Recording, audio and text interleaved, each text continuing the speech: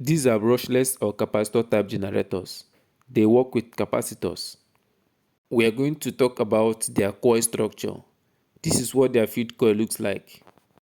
They have a different coil connection and configuration from the AVR type that we have on our screen. The AVR type has been covered in a different video. I have dropped the link in the description of this video. This is what the coil of the capacitor type looks like. They mostly have 4 wires, 2 AC outputs and 2 exciter wires.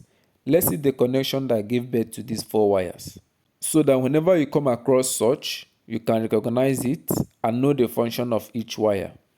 The small circles represent the slot where the coils are slotted.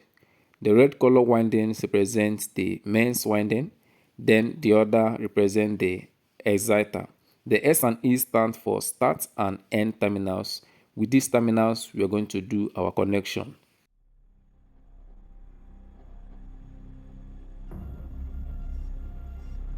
Do you need quality mechanical and electrical engineering materials? Visit jlcmc.com.